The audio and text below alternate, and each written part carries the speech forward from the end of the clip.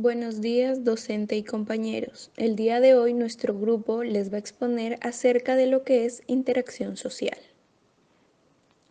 ¿Qué es interacción social? Interacción social se entiende como lazo o vínculo que existe entre personas, siendo esencial para un grupo, de tal manera que sin aquella intención la sociedad no funcionaría. Las interacciones sociales se dan cuando dos o más personas se relacionan entre sí. Cada individuo va formando su identidad específica con la interacción con los demás miembros de la sociedad que tiene que acreditarse. Entonces, los seres humanos establecemos relaciones con los demás por medio de interacciones que se pueden clasificar como procesos sociales, y para ello la comunicación es fundamental en todas las relaciones sociales. Es el mecanismo que regula y al fin y al cabo hace posible la interacción de las personas.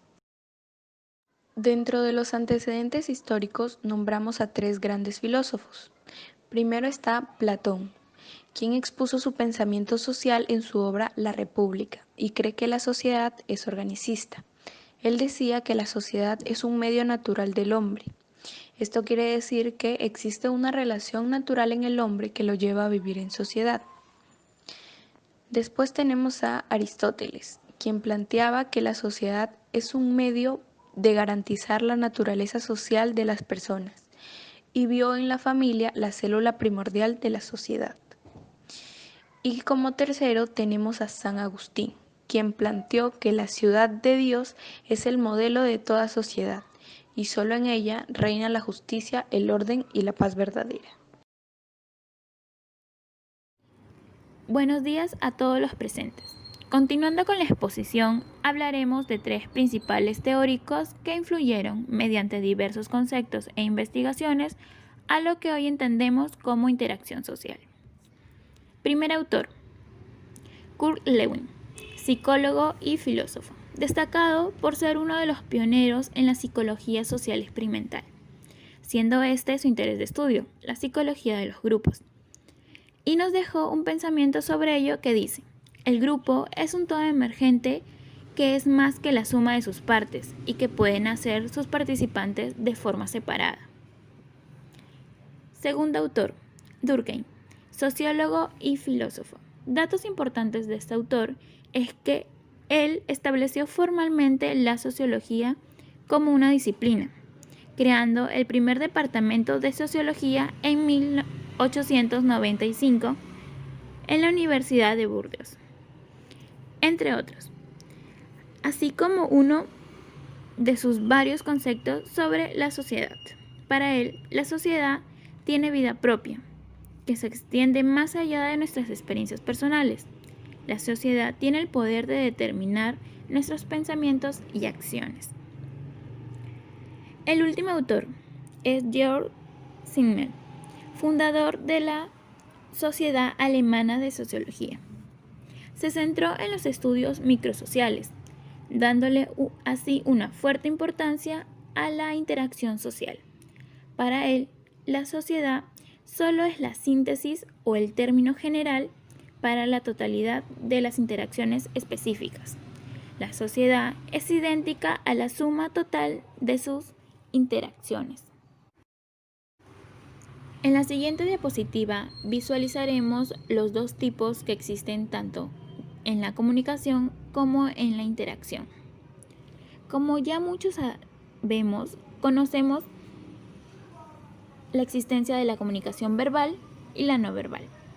La comunicación verbal, donde utilizamos signos lingüísticos, los que son las grafías y los fonemas, siendo utilizado entre nosotros.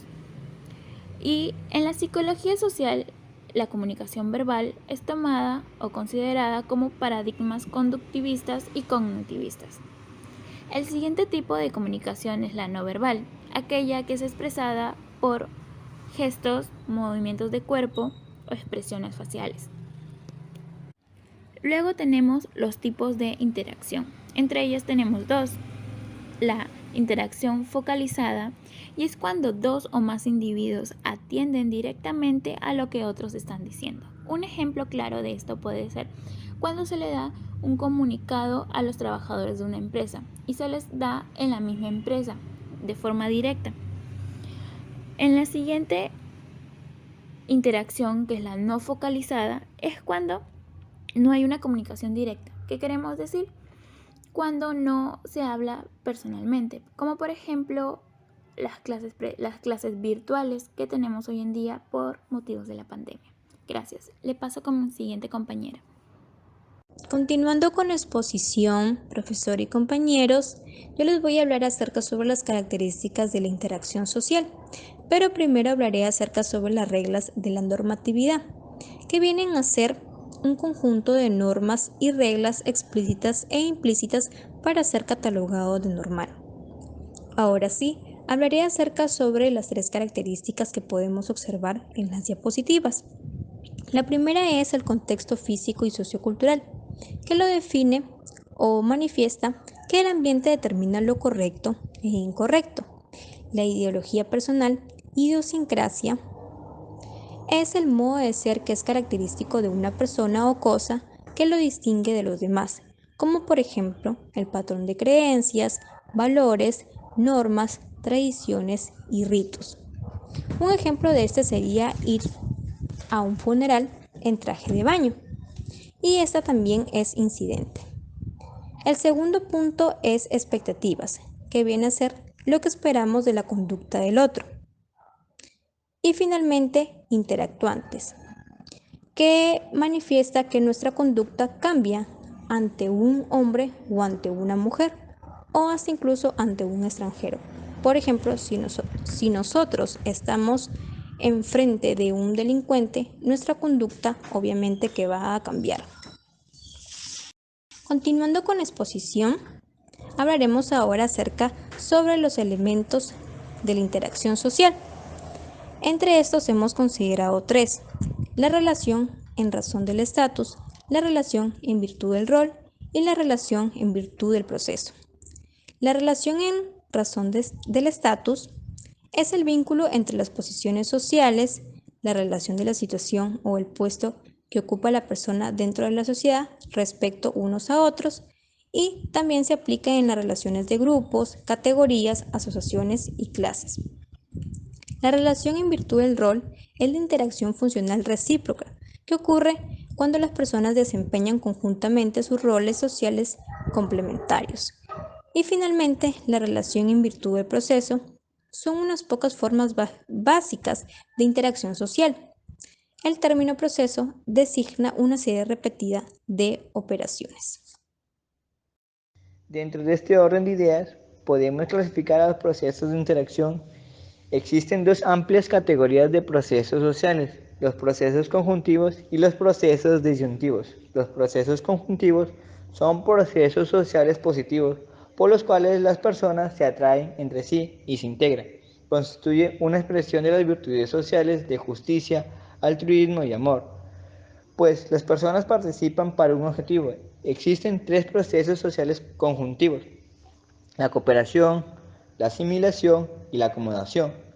La cooperación es la forma más habitual de interacción y es un requisito esencial para el mantenimiento y continuidad de los grupos y la sociedad. Es una relación recíproca, no puede ser unilateral. La asimilación: dos o más personas aceptan y realizan pautas de comportamiento de la otra parte. Es un proceso interaccional. La acomodación ocurre cuando se ha superado un conflicto y los sobrevivientes aprenden a adaptarse y ajustarse unos a otros. Los procesos disyuntivos son las relaciones negativas. Las personas se distancian entre sí y se toman menos solidarias. Esto se da por las divergencias de intereses. Existen tres procesos sociales disyuntivos: el conflicto, la obstrucción, la competición. El conflicto es la forma de interacción en la que uno o más personas tratan de excluirse, ya sea aniquilando una parte de la otra o reduciéndola a la inacción. Esto se puede dar un ejemplo al momento de las guerras. La obstrucción: cada una de las personas o grupos contrarios tratan de impedir que otros grupos ganen su objetivo o logren su objetivo. La competición: dos o más personas se esfuerzan para llegar al mismo objetivo. Esto es un ejemplo de esto se puede dar en los procesos de admisión al momento de que tú vas a postular. Por lo último, es conveniente acotar unos tips de cómo generar una interacción social. Contacto humano.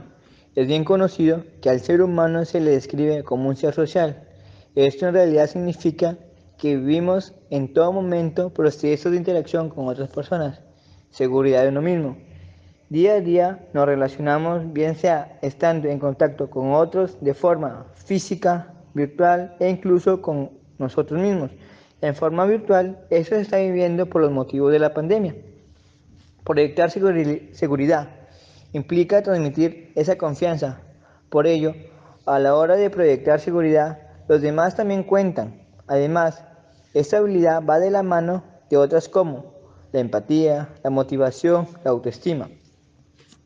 Creación de grupos por interés se puede definir como una gestión ética e inteligente para el desarrollo sostenible del conjunto de la sociedad. La cooperación, dos o más personas actúan conjuntamente en la prosecución de un bien común. Es la forma más habitual de interacción y es un requisito esencial para el mantenimiento y la continuidad de los grupos y la sociedad.